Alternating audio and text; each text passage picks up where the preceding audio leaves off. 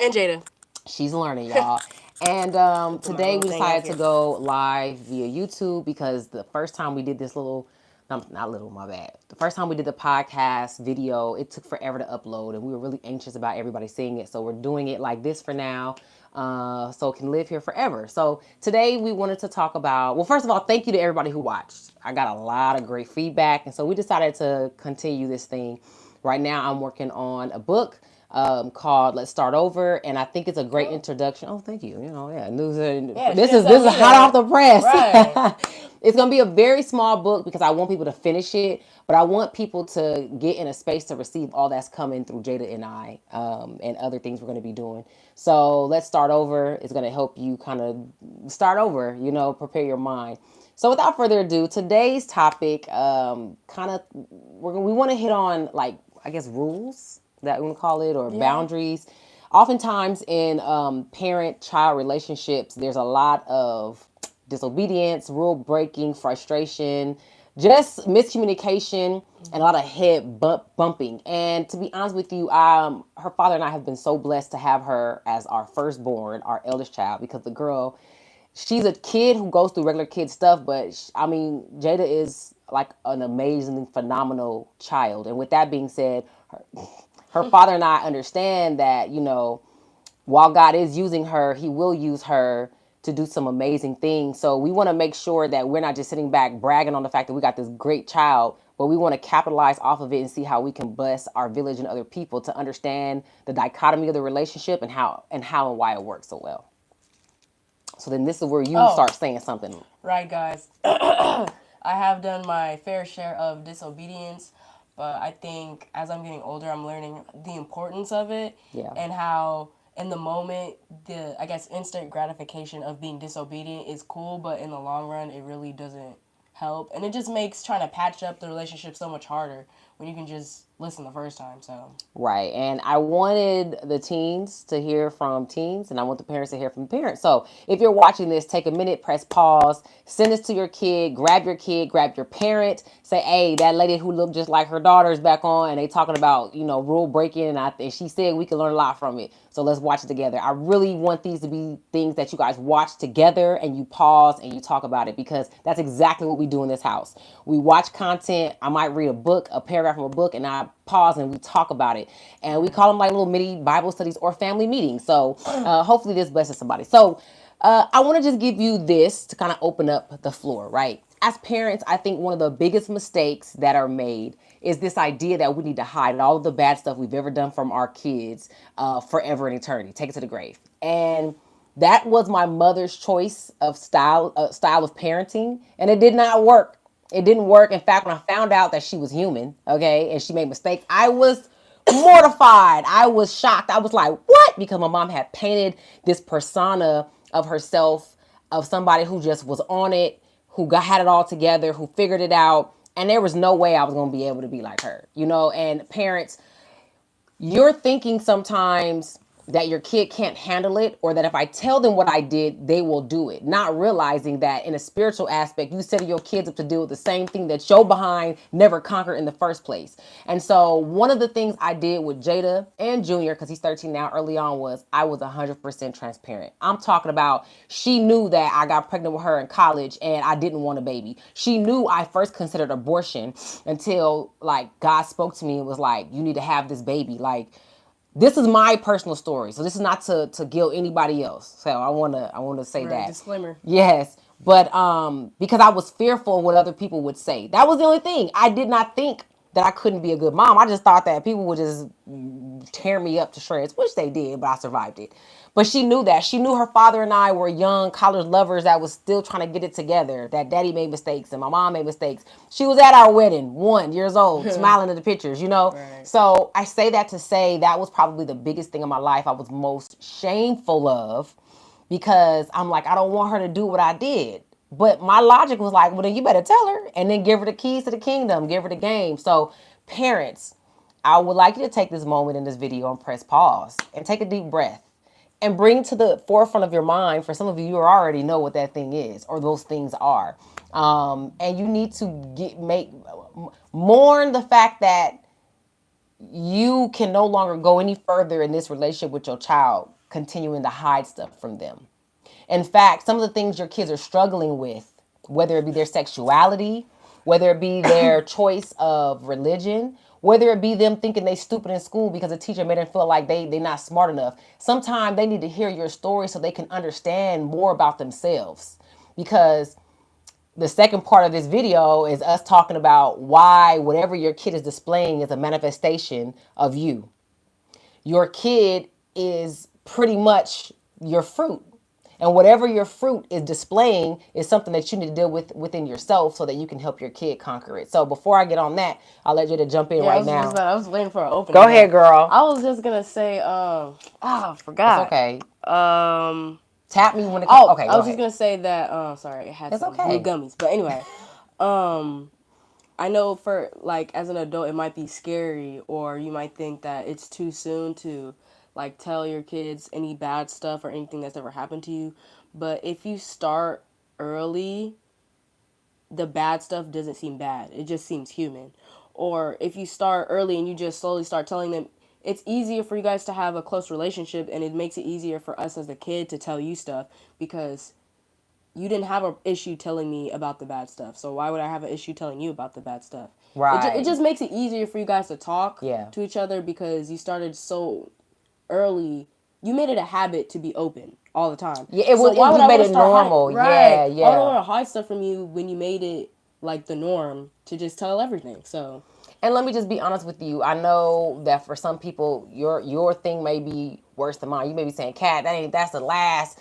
That ain't my stuff is way worse than yours," you know. But there's other stuff that I did that I had to tell her. I told her like, "Oh, at 13, was the first time I smoked weed, and I didn't know I was in a situation of peer pressure. I wasn't in my own neighborhood. Like it was, my mama was out of town. Somebody else was watching me. It was wild." But I told her because I'm like, if you ever find yourself in this situation, this is how you navigate yourself out of that. Let me tell you your choices you have before you. And side note, one of the reasons why I can parent from a place of strength and not brokenness is because I deal with my own stuff. Okay, I have an established relationship with God. I'm constantly every day trying to figure out exactly who I am more and more every day, and I know who I'm not. So I know how to say to my child, this one thing I did is not a full representation of who I am as a woman, as a mother, as a wife. That's empowering for your kid because your kid knows, hey, you know what? I may have made a mistake, but that's not everything. One of the biggest mistakes we make, and I'm gonna be honest with you, and please feel free to disagree, baby. That's your business. As Tabitha Brown would say. That's your business. But I think we put too much weight on virginity. What I mean by that is when I got to college is when I lost my virginity. She knows that. And she understands that grandma was very strict and I just was out there. I was like, okay, well, I'm gonna start doing it too, which is how I got pregnant with her because I didn't have a understanding of how the body works, how one gets pregnant. So when I got pregnant with her, I was like, what? I just got started in the game, being the city girl, and now all of a sudden I'm pregnant. And I say that to you because this is how I told it to her. And I'm like, so let me give you the game. Let me help you understand your body. Now this is why we wait until we're married. This is the type of covering that goes along with waiting until you make a commitment with somebody and blah blah blah blah blah blah blah blah. I made mistakes that at the time seemed like it was the worst thing in the world that I can do. But how empowering is it for her to hear firsthand about a mistake I made? And if she finds herself in that position, this is what you do, or better yet, don't even get yourself in that position. and before you go on, Go I ahead. just want to say that one thing that I'm thinking about, like just trying to think from a parent's perspective, is, oh, this seems too much. They seem too young. They might not be able to handle it. But that might have been my generation or hers. But now we're growing up where we have a phone and we're overstimulated by the internet. We see everything all the time. Stuff that you think that they ain't seeing. Right. So it's like TV shows, the internet, cartoons. We've already seen it. Baby. And I might say at least preschool, even elementary school students, they done seen everything. So whatever you think you're exposing your kid to, they probably have already seen it. With no context. With no context. So if you tell them beforehand, and they're gonna see it eventually. So when they do, they're like, okay, I remember my mom told me about this. It's not that big of a deal, and they're able to either walk away from it, or they won't be afraid of it. And at least they'll discuss it with you. Right, they'll feel like they should discuss it with you because what might come out of it is like oh, I got this to myself. Da, da, da, da. Like, I don't even know how to explain what might come from that, but I'm sure you understand. You got it, right. But so when you already introduce it, it's not as Foreign. whoa, It's not so foreign. Do you remember how old you are when I started teaching you about sex and your body parts? I want to say like elementary school. Jada I feel was, like it. Junior was in first grade, which means you were about in third grade. And I remember my first time I took a paper, there was a paper plate, and I was like, I got to teach my kids because I don't want them to be sexually assaulted, molested, raped, touched inappropriately, or sexually harassed, and they don't know how to properly identify it and communicate it. So I took a paper plate and I drew a picture of the human body. One on one side was a male, on the other side was female. And we went over body parts. I was like, these is nipples. Little dots right there. They're called nipples. They're made to for a woman. She can breastfeed out of them. They also stimulate your body. When you touch them, it feels kind of funny. That's your body. Nobody should be stimulating you because you're a child. This is a vagina. This is a penis. This is an anus. These are other words they might use. Coochie, private part, vajayjay. Like, you get it, okay? You get it. And so they like, now this is like pre-phones in the sense that first graders didn't have phones, Right. okay? This is like middle schoolers kind of have phones, getting ready to trickle into elementary school. And so one day, and Junior was in the first grade, he came home and some little boy and little girl kissed, and the little boy was like, oh, I hope I didn't get her pregnant. And my son was like, that's not how that works. And the teacher ended up talking to him, and he was breaking down ovulation, and you can't get pregnant if this, and it's not called a baby yet until the egg is fertilized and the ovum. Like, after weeks of teaching my kids, it was like teaching them about the digestive tract. It wasn't sexual. It wasn't Right. anything where they said, now I'm ready for porn. That's not what happened. And so the teachers were like, hey, Miss Branchman, blah, blah, blah. I said, well, I'm not going to stop teaching them, but I will tell them to table these conversations to home because other people aren't teaching their kids this. And they did. And I never heard about it again until, they probably got into a conversation on a school bus or something. But I'm just telling y'all, everything I'm preaching to y'all, I really did. Is my mic on? Oh, it is. Okay, so do you think that was too much? Your thoughts and feelings before I move on about teaching you at an early age about that stuff? Just because I'm a teenager and I feel like everything's like corny, cringy, haha. I don't know. For right now, I feel like it would be like kind of hard for me to talk to my kids about it. Not hard, but it would just be something I would be like, oh my gosh, like haha about. But no, for me, no. I feel like for my personality, that was the best thing you could have done because I don't know. I can't remember how crazy I was like when I was younger, so I don't really know. You weren't crazy. But I feel like I'm so like maybe just made me like made me ready for it or It sets the tone. Yeah. it's just everything is chill. You don't have to be crazy or oh my gosh, ew, this is so crazy. Like when I was in health class for like quarantine, everybody's like freaking out about it. I was like, guys, chill out.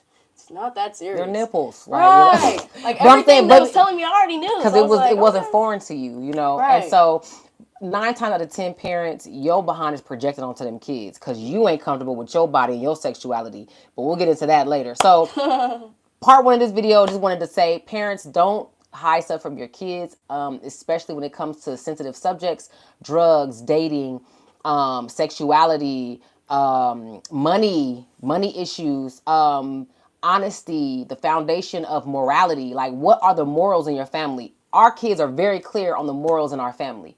It's not nothing that they find out about when they violate it. It's very clear. And then we tell them, based off who your parents are, you can't just be out here. You ain't everybody else.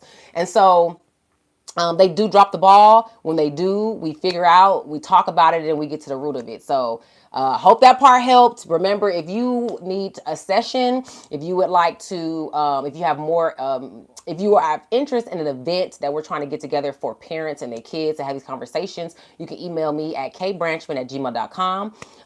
Really quick, we want to get into this part two. This part is about rules, okay? Rules, rule breaking, boundaries.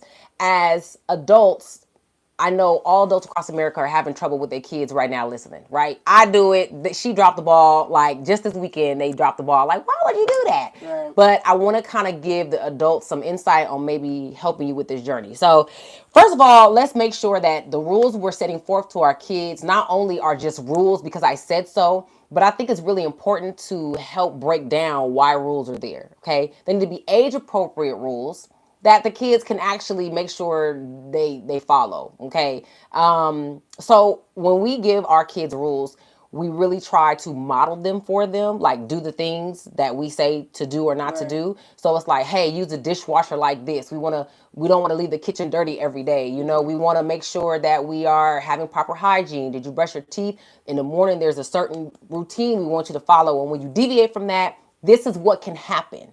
That's how Lance and I explain rules. We don't automatically just go off the handle and whoop them when they violate it, but we ask questions like, "Hey, why you do this?" The why is the most important. Because sometimes the kids have an off day. Now, I'm a parent who will let my kids stay home from school if they need a mental day. That's just me. And as hard as I am on my mama, because she was crazy, that lady did let me stay home when I needed time to gather myself. She really wasn't tripping, but it also was a reflection of my grades. I was a decent student. So anyway, boundaries are described in our house as a covering, okay, a safety net, because there are things you are not yet familiar with or know about that are beyond those rules. So if I tell you don't cross the street without holding my hand and looking both ways, it's not a matter of being controlling. It's because if you deviate from that, you now expose yourself to dangers that could possibly kill you, okay, much less harm you. I find that parents make the mistake of giving rules and you really tap into your control issues with your kids rather than really showing them that through these rules, it's an extension of my love for you. It's the extension of how I care about you. And when you make it all about control, your kids really don't understand that it's coming from a place of love. And for some of y'all, it's just a power play. You got rules that really don't make no sense. We don't eat in the room, but you eating in your room and you leaving dishes and they're there for days at a time, and now you got rodents or something happens and your kids trying to understand, well, why you do it? Well, what you said, there's contradictory rules, and I was brought up to not question my mama. You do as I say, not as I do. The problem with that was our kids are not dumb. Right.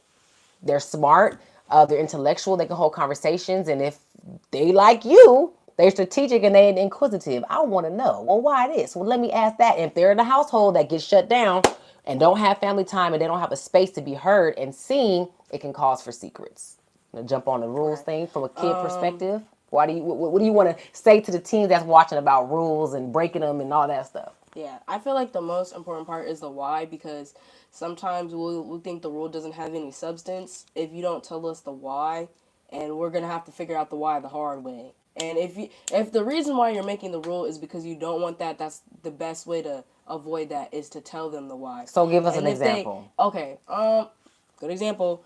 If you're like a little baby like Honey, let's think of Honey. Honey And is our she- 3-year-old. Honey's a little 3-year-old girl. She wants to watch mom cook on the stove. We keep telling her, don't touch the fire, don't touch the fire, don't touch the fire, it's hot. She's too young. She might not understand the concept of heat. So dad will just be like, let her touch it. And we're like, no, oh my God, no. But that might be the only way for her to understand, don't touch the fire. Now, side note, she's not talking about a live fire. Yeah, no. He'll put her hand on the oven and feel it's warm, and Right. she'll be like, oh, and it's like, that's hot. Yeah. Hot, back up, ask mommy to come to the kitchen or whatever. So I just have to say that because Right. people will take it literal like, he done Putting burnt that her hand baby on over the there, fire. No, girl. no, You like, okay, CPS, don't call your girl. Right. But yes, that's a great example. That's a great example of some type of communication on the level of the kid, right? So what about a teenager? Like, okay, you got teenagers that's like, okay, Miss Cat and Miss Jada, I'm a decent student, you know what I'm saying? And my mama don't let me go to parties, and I want to go to parties, or I want to have a boyfriend, and I don't understand why the rule is there just because she say, I said so. How would you talk to a teen about, I guess, how would you break it down for them so that they can better understand why it's important for them to be obedient to a rule that they feel like is stupid? Right. So unfortunately, there are some parents who just be like, I said so. Yep. And sometimes it's really hard for us to listen to that because it feels like, okay, what if I don't care if you said so? But sometimes just know that they're human and they're trying to grow too. But one thing you have to keep in mind is they're also thinking long term in a Correct. sense. So let's say you do end up sneaking out at the dead of night and do end up going to these parties and nothing happens. So you're like, okay, cool, I went to this party, nothing happened. I had fun. Now you're going to want to go and do it again and again and again. So let's say nothing happens at the party, but your mom finds out. Now you ain't doing nothing. Now you ain't doing nothing. You have birthday parties you were going to, don't think about it because you ain't going. You have prom that's coming up, don't think about it because you ain't going. Like, that's like one of the smaller things that could happen. Because let's say you do go to one of these parties, and it's like, oh, we'll be fine. It's the one time I'm going out. There might be predators at this party. You don't know. There might be, I don't The know, possibilities are stuff in endless. the punch. Okay, you don't know. And so when you leave out the covering of the household, then you're leaving yourself open to anything. And when that happens, you don't feel comfortable going to your parents because you You've disobeyed them already in the violated first them, place. right? So So one of the things I want to explain really quick, and if you give this to your, oh, there it goes. Okay, okay, it's back. Wait, it stopped at I'm 2019. still going. You sure? Okay, there we go. 21, Okay, 22, look, I'm yeah. like, oh my gosh. So one of the things that you want to explain to your kids, she said a covering. So we kind of described it like this. Imagine there is a house, and the house has a roof on top of it, and around the house are hedges or bushes. Those bushes are rules, right? We want you to stay within those bushes. So don't cross the street, don't talk to strangers, don't steal out mommy's purse, ask if you want to go somewhere, no boyfriends, maybe they're young, it's like don't talk to boys. If you do, they need to be only your friends. Do your homework when you come home, no stealing, no lying. All of those things are represented by that hedge or that barrier around the house, okay?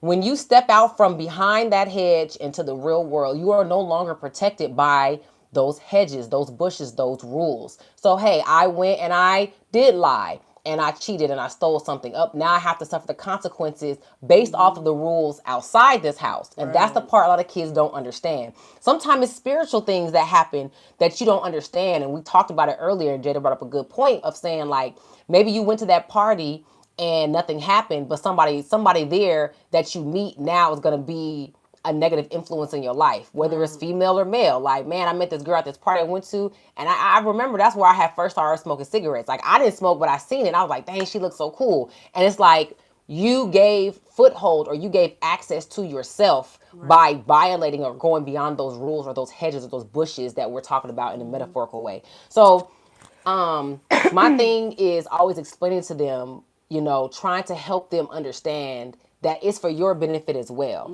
The last thing that I think parents mess up on is they do not drive home that my rules are an extension of my love for you.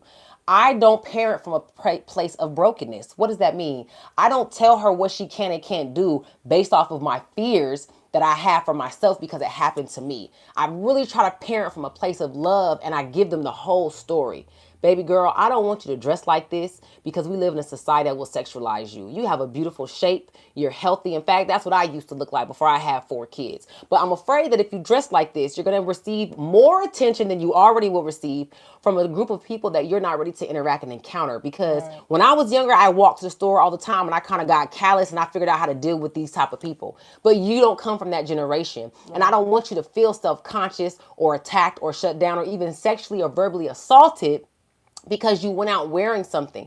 Now, at the end of the day, I'm telling you not to do it, but guess what, baby? You got a choice. And that is the part a lot of parents don't want to eat. Is that no matter how much fear you try to put in them kids, just like God gave you a choice, them kids got a choice. Right. Now, we pray and hope that you choose something better, but if not, then that's something that you have to deal with. And so expressing that to them, baby girl, if you wear this and this happens and a man touches your booty in 7-Eleven or he calls you a certain name and it breaks something inside of you, you now have to come home to me and it's up to me and the Holy Spirit to try to heal you from that. And I don't want you to go through that. So just trust me because you're already dealing with it wearing sweats. Like that's just being Right. honest because she's going to get it because that's the world we live in. Did you want to chime in for that one? I would just say, yeah, I agree with everything that you were saying, and that if the harder that you push, like the way she did it, it's a perfect example. Because one time I tried, oh, didn't mean to touch my mic. One time I like went out trying to wear a crop top, and I just realized like I always felt self conscious and like this all the time. I was just like, okay, maybe those clothes are just not for me right now. And a lot of the times, I feel like when I was at school, I seen girls who were wearing it, but they didn't feel it. Like I felt like they were wearing it in spite of their parents, because they had a crop top on, but she's walking around like this. Why you got it on then? But it's like parents at home, they're like, don't wear it, don't wear it. So they're gonna come home in sweats, put a small skirt in their backpack, and then they gonna wear that around school. Like, hey, I'm gonna wear it anyway. But it just, because they're still children. I say they, but I mean us. But we're still like kids, so we're gonna try to do stuff in spite of you because we want to see how it is. So when you let them like get a taste of it for themselves, they they have to figure themselves how they are as a human. Yeah, yeah. So And that's something that we're still learning as adults, right? So imagine us being able to navigate those thoughts and those feelings with somebody who we could trust to talk to. Right. And then they say, hey, if you make the wrong decision, I'm still going to love you. And I know for some of you, it's hard to get in that position because you're like, well, my mom and daddy didn't do it for me. And I understand that. But moving forward, there's a certain level of responsibility that I have for my own mess that I can't put on her. And my goal, our goal is to help share as much of our relationship and what we're learning with y'all so that you too can have a healthy relationship and bond with the next generation. So I know this is a long video. We got plenty more videos to come. We will try to make it a podcast. I'll try to rip this audio and blah, blah, blah, blah, blah. But in the meantime, I love y'all. Our prayer is that we can change one family at a time through one video at a time, and that you be empowered and know you too can start over. Love y'all. See y'all later. Peace.